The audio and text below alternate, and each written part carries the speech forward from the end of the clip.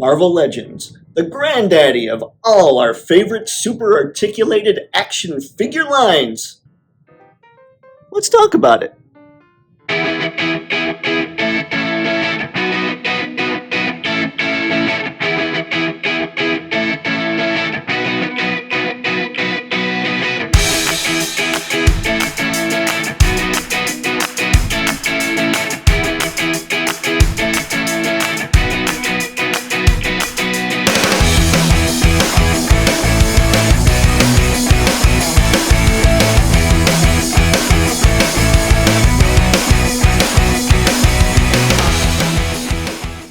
Marvel Legends has earned its place in action figure history.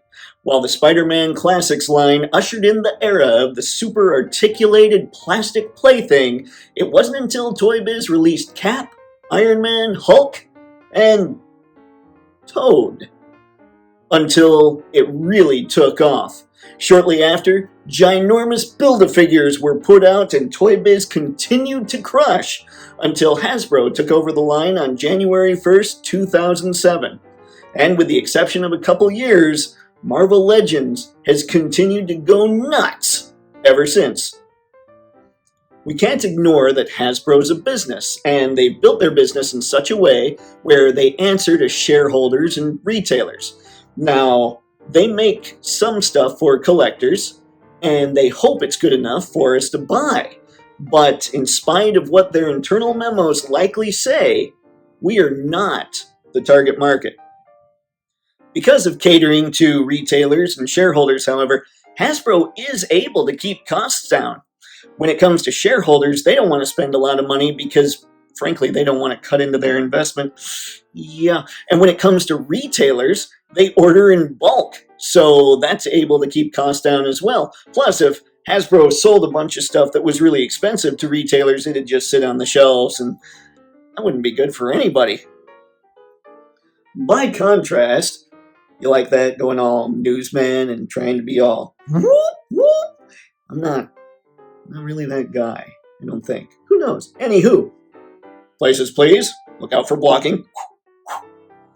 By contrast, collectors are very much the target market of companies like Super 7 and Mezco Toys. Now, obviously they don't make near the money that Hasbro does, but it can't be argued that they cater to collectors.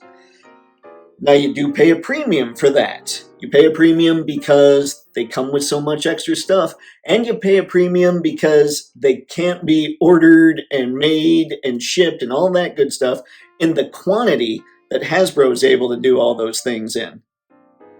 And now let's talk Marvel Legends design. Yes! Now, the reason that I kind of did that is because I'm a designer, not a toy designer, but I kind of understand the mindset of the designer, and I can almost guarantee you that when Rock Python was being discussed in those meetings, somebody said, dude, we can crush it with Rock Python.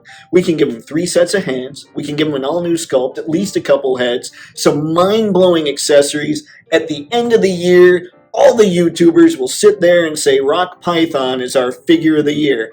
Now, those are the designers that I appreciate because they're constantly trying to push the envelope, constantly trying to make the team better. They're my people. I like them. But there's also that other end, the designer that understands the budget, that says, man, I know, that sounds awesome, and we could do that, but we've got this body that probably would work for him. We've got this parts we could put for him. He could definitely use a new head, but there's a few things we can do here and here so it doesn't cost us as much money. Now, to me, in a perfect world, you have both. You have the one that's going to push the envelope, and you have the one that's going to sit there and say, whoa, hold on. I think we can make this without going too nuts, especially in a business like Hasbro. Now, if you're talking Mezco or Super 7 like I talked about, or even Mayfax overseas, maybe even SH Figuarts, whatever, they're sitting there saying, no, man, let's just crank out the best possible action figure we can do, but you're paying a premium again, and Hasbro's got to keep this a little cheaper. So I understand the whole design thing. I'm a fan of the ones that push the envelope, but I understand the importance of the ones that kind of need to pull back as well. It's just It's just one of those things you have to live with in the old corporate environment. Now let's talk marketing, something else I'm intimately familiar with.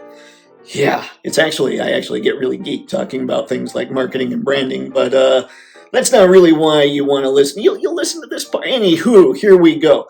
Specifically, we're going to talk about the difference between a long-term and a short-term marketing strategy. Now, a long-term strategy catered to collectors would be you knock it out of the park with every figure. Every figure is all killer, no filler. It's a fantastic line, and you slowly build a ravenous fan base that way.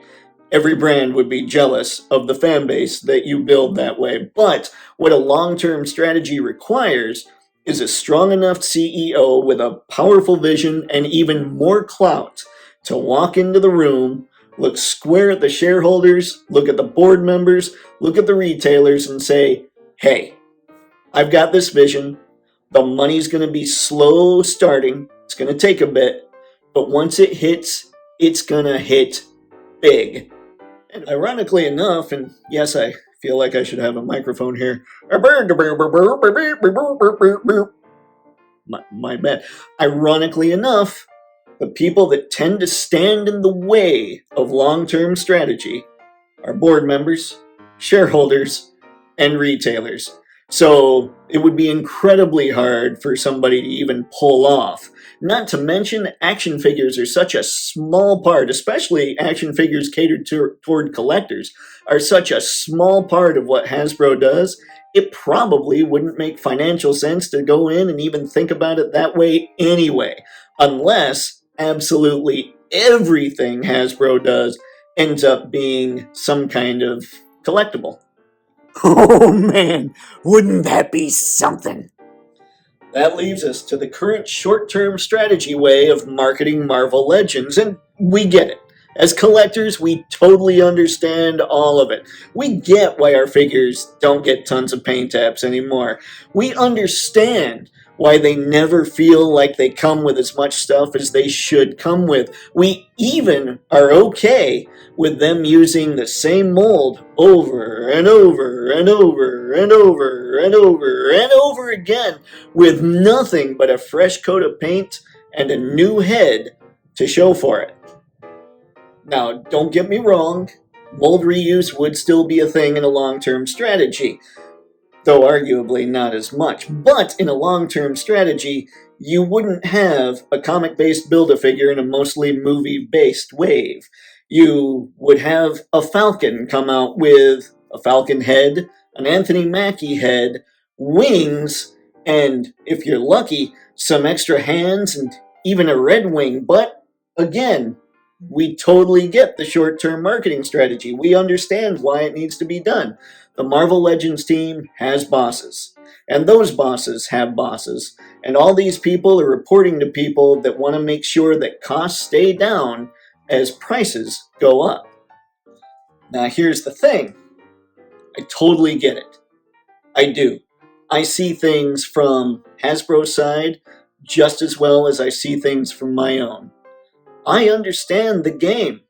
The thing is, as a collector of movable plastic things, it's a game I just don't enjoy playing anymore. And as a photographer, those waist cuts are killing me, but that's a different topic for a different day. A few weeks ago, I sold my Marvel Legends. That's right.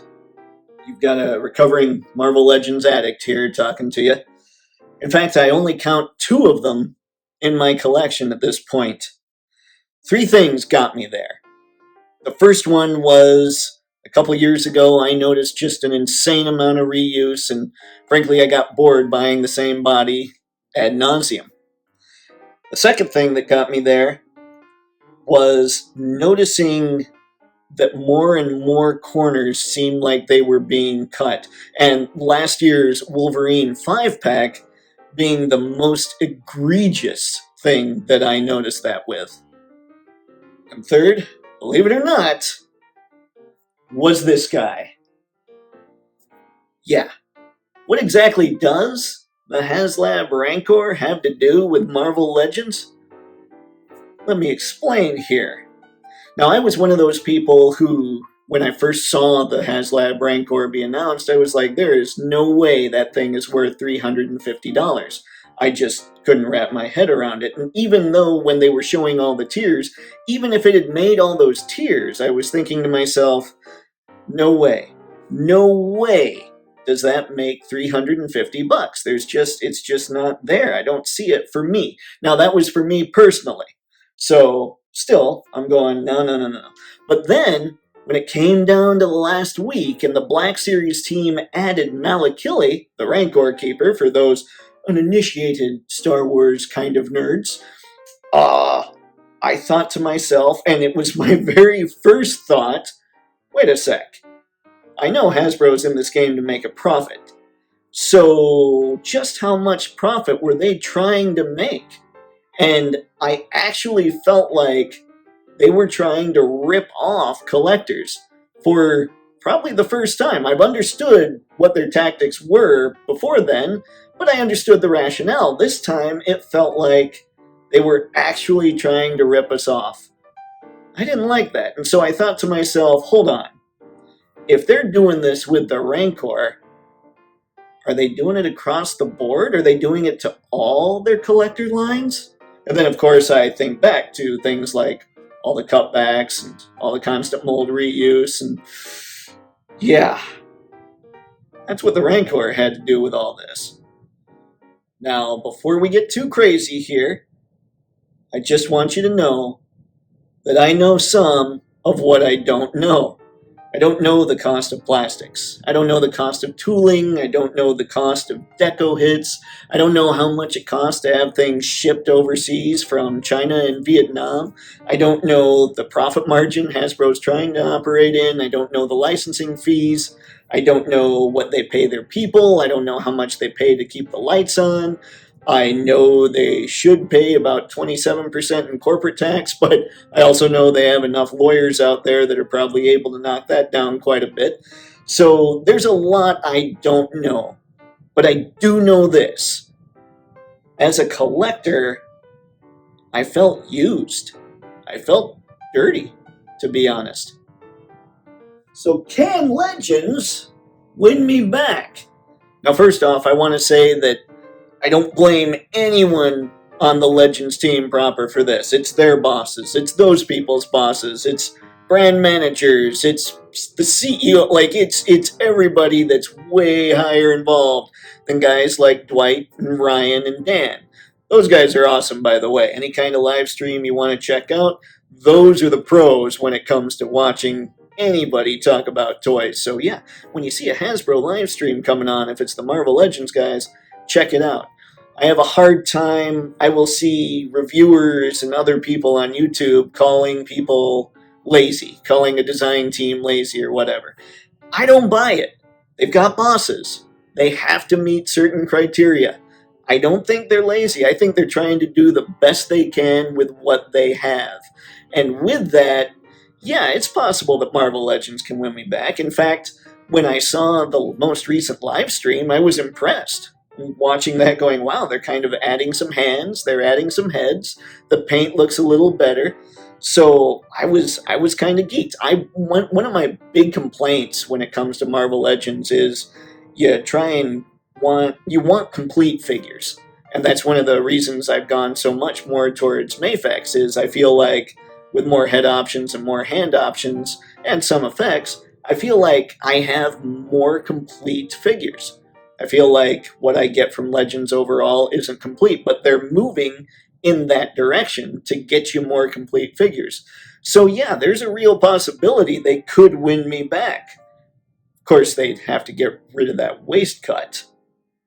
But even more importantly, and another topic for another day, another discussion, would they even need to try to win back collectors like me? I don't know. Maybe not. In conclusion, I don't hate Marvel Legends. I don't hate the Marvel Legends team. I just kind of got fed up and annoyed, and, well, there's the waist cut. But the waist cut's more just an excuse at this point. When I really think about it, I don't think it's the team at all. I think it's the higher ups. I think they're making these calls, and it's making it so it's harder for a collector like me to want to be on board with this kind of stuff. So let me know your thoughts. What do you think? Are you still a big time fan of Marvel Legends? Are you having a blast with them? And by the way, I judge no one for such things.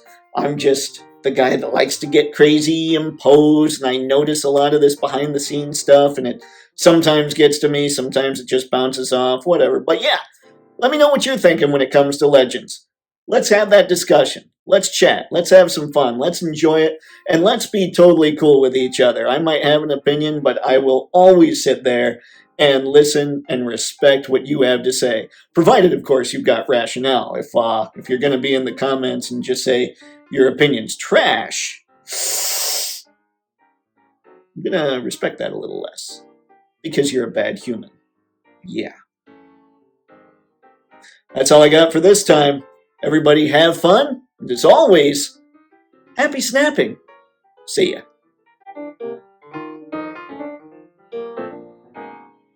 Of course, saying all that, and I still dig G.I. Joe Classified.